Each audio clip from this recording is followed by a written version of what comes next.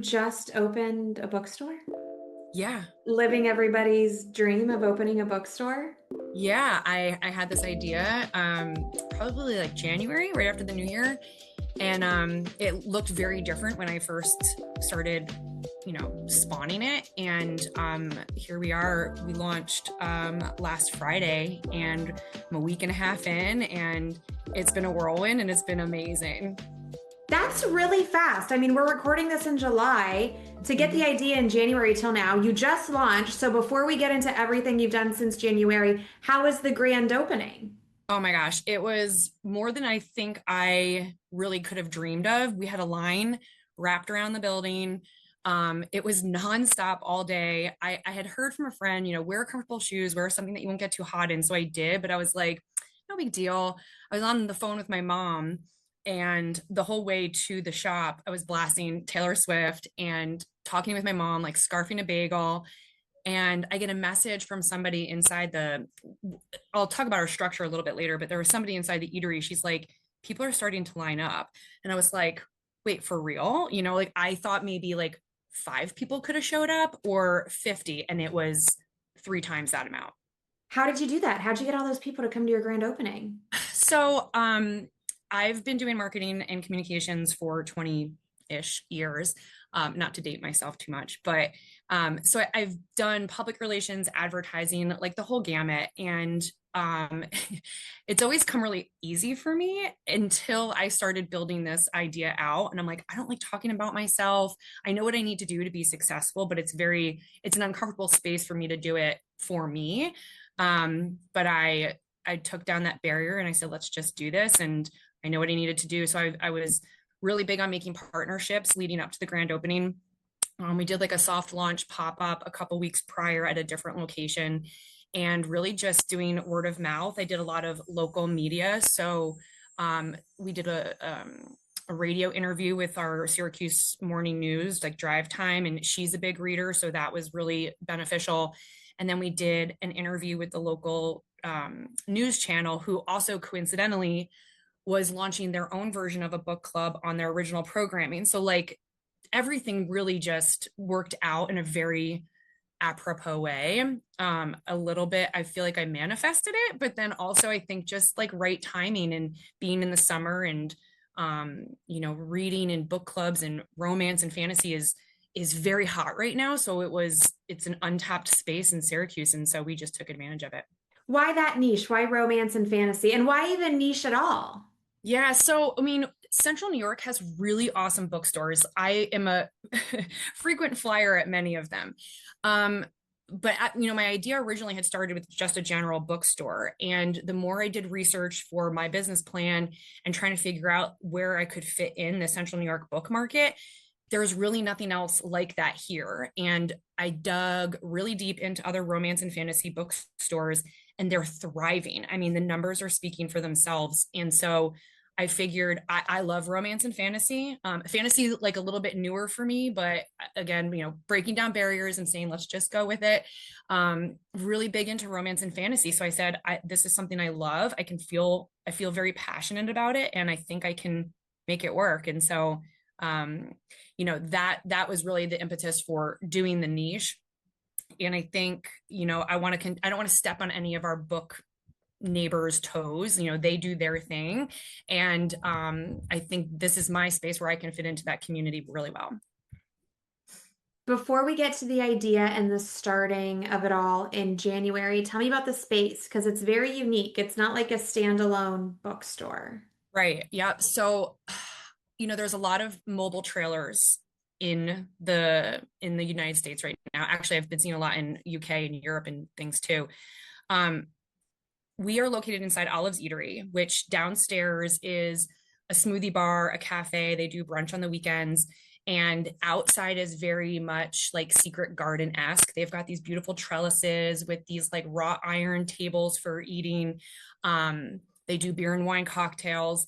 And upstairs is 8 women's retail shops. And so you come for a smoothie or breakfast and you stay to do your shopping. And it's right in the village of Baldwinsville, New York, which is a very walkable village.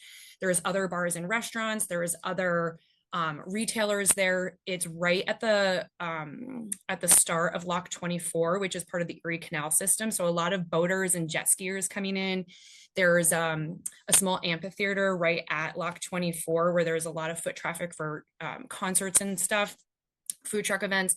So everything about our location is conducive to foot traffic and to word of mouth, and just like creating this vibe and experience of, you're not just going to a bookstore, you're not just going to a pop-up, you get a lot of other things as part of that experience. And so we're really latching on to that, and finding more partnerships and collaborations with both the retailers at Olive's Eatery as well as other places in town.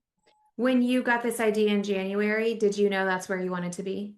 No, January was I was on vacation and I had run out of books to read. And in the town where we have our cabin, there's not really a good bookstore. So I was like, what am I going to do? I'm going to have to like go to my Kindle, which I love a physical book. So the Kindle's like a backup. You and me are two peas in a pod, like with the Taylor Swift, with the kind of getting into the fantasy niche, Yeah. with the I prefer a physical book. Like, I feel like I'm talking to myself. Okay. There you go. I love that. Yeah, I mean, it's a journey, right?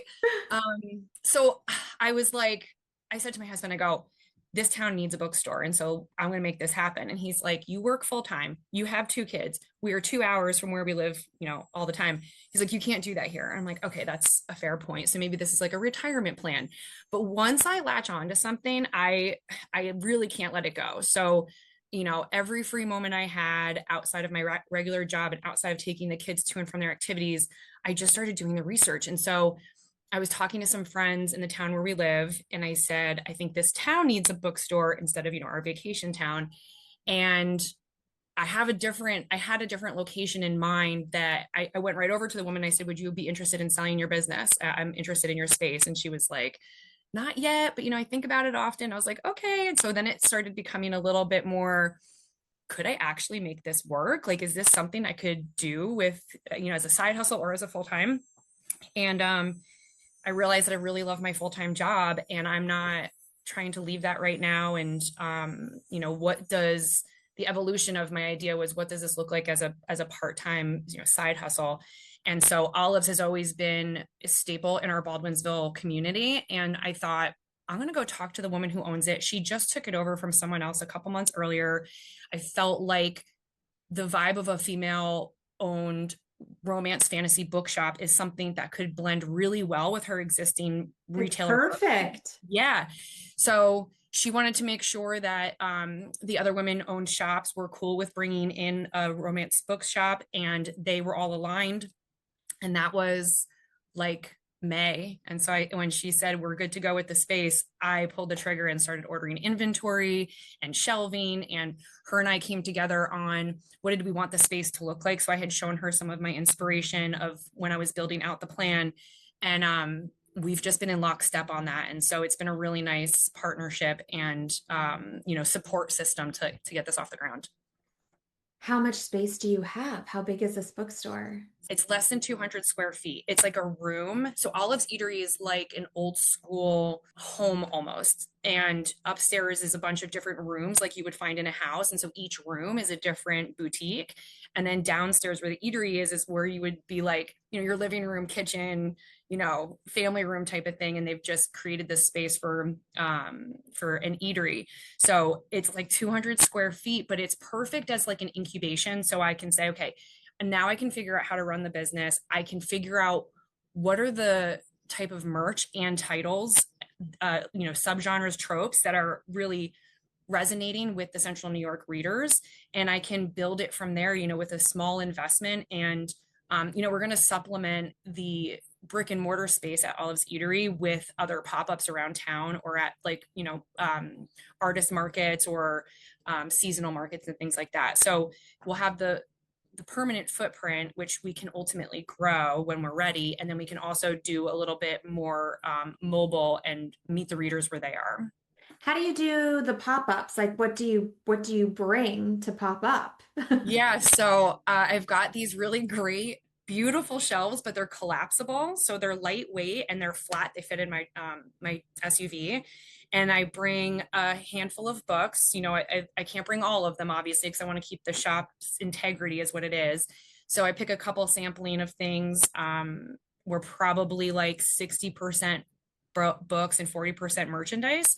And, I've got these additional decoration things, and it's very girly, very romantic. And we just set up, in the space that they allot us. So probably about 10 to 15 square, square lineage at a pop-up. And it seems to work pretty well for us.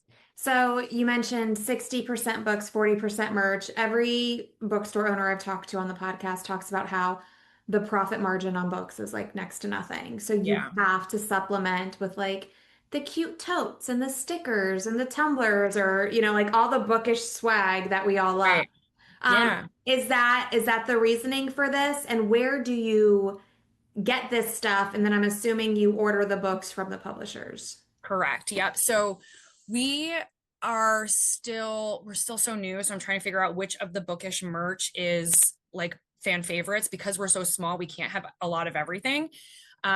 So from pop-up and grand opening to today, which has only been a couple of weeks, we're seeing a lot of like t-shirts and ball caps that are moving pretty well.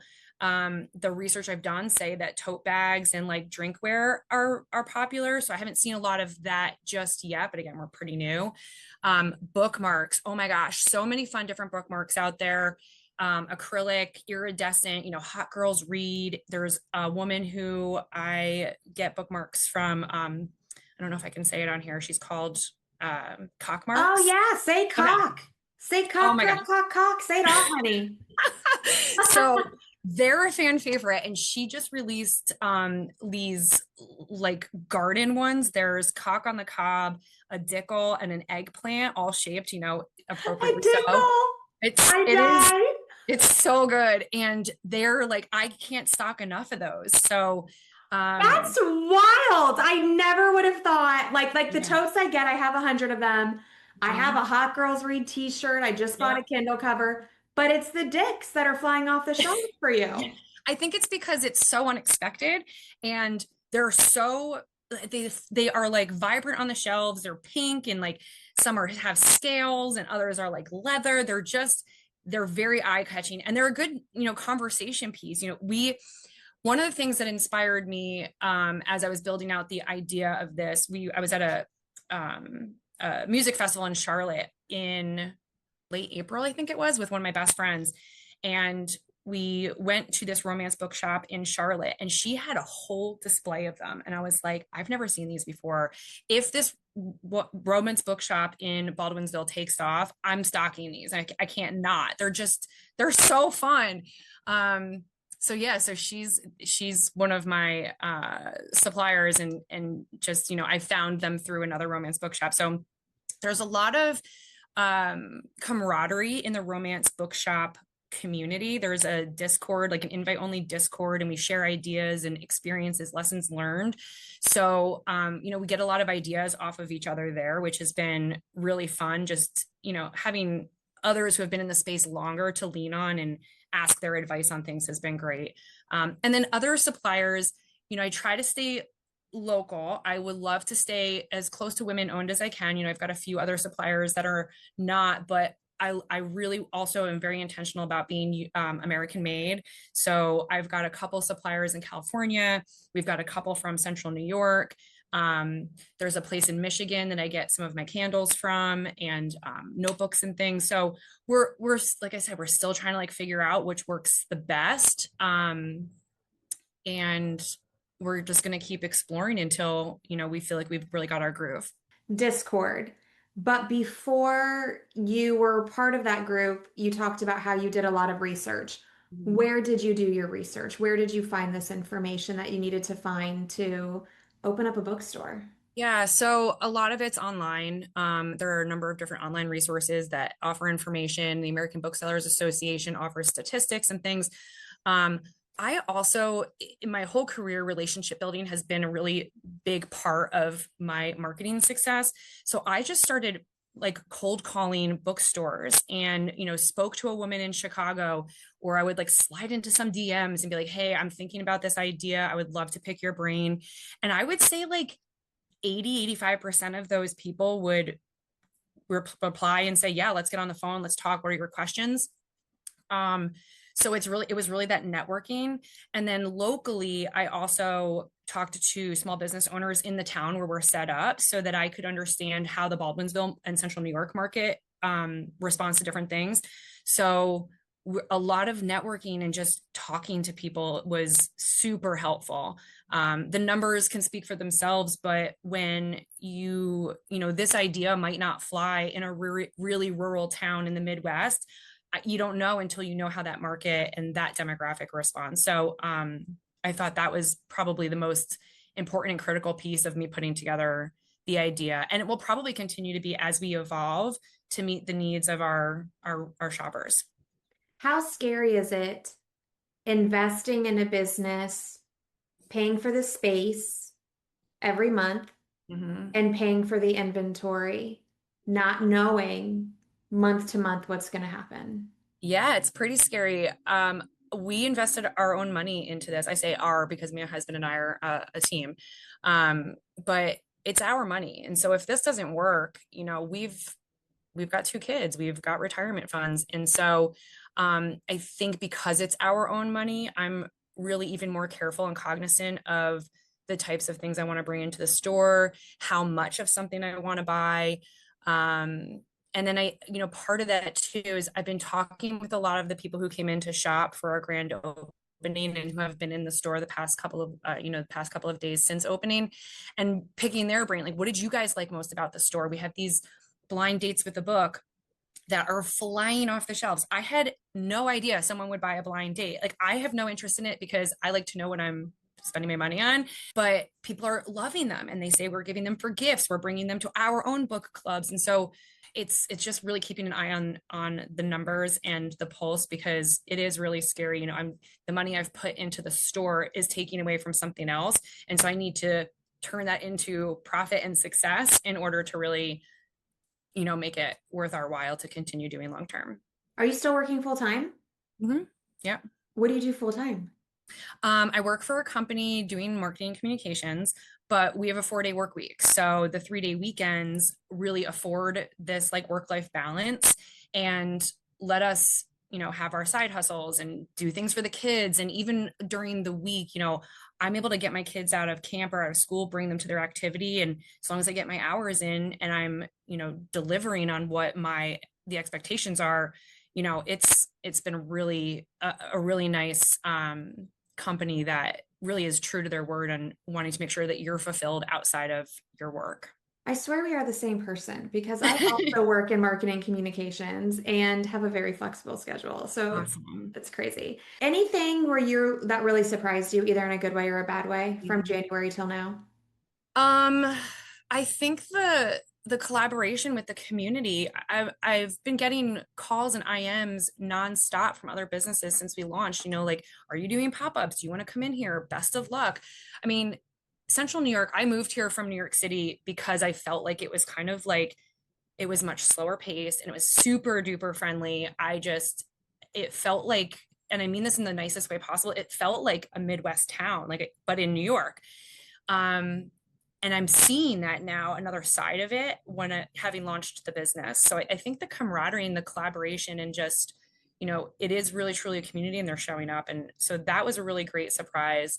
Um, I think like the other surprise, and this is so tactical, but the books take up very little space on the shelf. And so as much as I ran the numbers on how many titles and facings of each of those titles I needed to have, I felt like I didn't have enough. And so I kept having to buy more and got a little creative on how I was shelving them. I have a lot of face out books. I think that also adds some depth and element to the experience because you can see all the vibrant colors of the pages. So that was surprising. I'm like, oh my God, I just ordered 85 books and I need like double that. So, learning as I go, and as much as the research and numbers you can do in advance, there's still things that are popping up. And, I was intentional. One of my other like pillars of this is to be highly curated. I want to make sure I'm representing a number of different types of authors, types of fantasy, types of romance, types of suppliers, and we're so small. So, I can't check the box on everything as much as I would really like to. I also need to let the numbers do their work. And so if like a certain trope or subgenre isn't moving, I'm going to need to, reconsider continuing to keep it in there, because it is a business. But I think too, I had a person call me out on my lack of diversity, and that like hit, 'cause I really worked hard to curate this, and based on percentages and things like that of the demographic and what I was able to do the research ahead of time. And I took it so personally. And so I think that's going to be something I need to work through, and making sure that I'm continuing to keep mindful curation, things that are popular, book talky, but also making sure that any of the readers that come into the store feel like they can find something that speaks to them, in a way that also works for the business. What do you do with those books that aren't selling? So fortunately, we sold so much during our grand opening that I haven't had to think about returns yet. But I did accidentally, this is another lesson learned. I bought 8 copies of a hardcover for an event that we're doing next week, and it's supposed to be a soft cover. And so I'm toying with the idea, do I return it because the publishers do take returns, or do I do something else with it and offer it at face value, or do we do something during an event where it becomes like a giveaway or part of, we're talking about doing gift baskets for charities and golf events, in October and September and October. So maybe it becomes like part of that package. I have to work through that a little bit. Okay, interesting. Yeah. Tell me what you're currently reading and what the last best book you read was, or something Okay. that's on your TBR too. All right. Awesome. I was ready for this question. I started Carrie Soto is Back last night by Taylor Jenkins Reid. I'm on page 75, I think. So good. Taylor Jenkins Reid is one of my favorites. I just finished Atmosphere last week, and I was destroyed. Like halfway through the book, so emotional. I was sobbing finishing the last 50 pages. My kids are like, "Are you okay?" I'm like, "I'm fine." It's so deep and touching, and the way she writes is just, I'm a huge fan of hers. And then I just also yesterday finished on audio Haunting Adeline, and it is the darkest, muddiest book I have ever read. And I don't do a lot of audiobooks because I have a hard time. Narrators don't sound the same way that they do in my head. So like I lose something in the translation, but these 2 narrators, I was sweating coming up to our cabin yesterday because I was like, oh my God, I have to listen to it with earbuds because the kids are in the car. I'm like, that one Okay. is good. Really I good. just interviewed on the podcast Julia Whalen, who Okay. narrates all of Taylor Jenkins Reid's books. I mean, Oh, wow. she's like the Meryl Streep of audiobook narrators. She's like Okay. she refers to her as Taylor, and she refers to Emily Henry as Emily. So she's like that Okay. kind of person, okay? Yeah. I have not read those 2.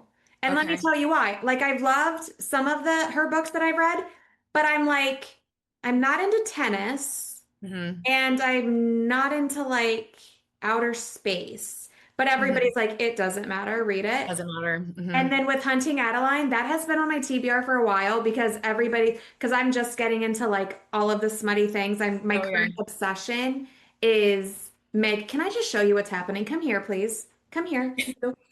This is what's walking by me when I'm doing a podcast interview. Okay, get out of here. Get out of here. So many people have talked about this book, and I'm like, it's on my list. I feel like I love this smut. I'm on a Megan Quinn kick, Oh, obsessed yeah. with her. But I feel like when I read the description or I hear about some of these dark romances, I'm like, that sounds weird. But everybody raves about this one, so Oh, I yeah. apparently just need to listen to it. Yeah, you gotta pull the trigger on it. It was, and then the cliffhanger at the end of the Haunting Adeline, I was like, well, great. Now I know what I'm gonna listen So now to. we have to be invested in the second one. Is the second one out? The second one's out, but I think there might be a third one that's not out yet. But I can like take my time and get to the second one, and then be a little patient for the third. So Okay, all right. It's on yeah, the TBR. awesome. Look what you've done to me.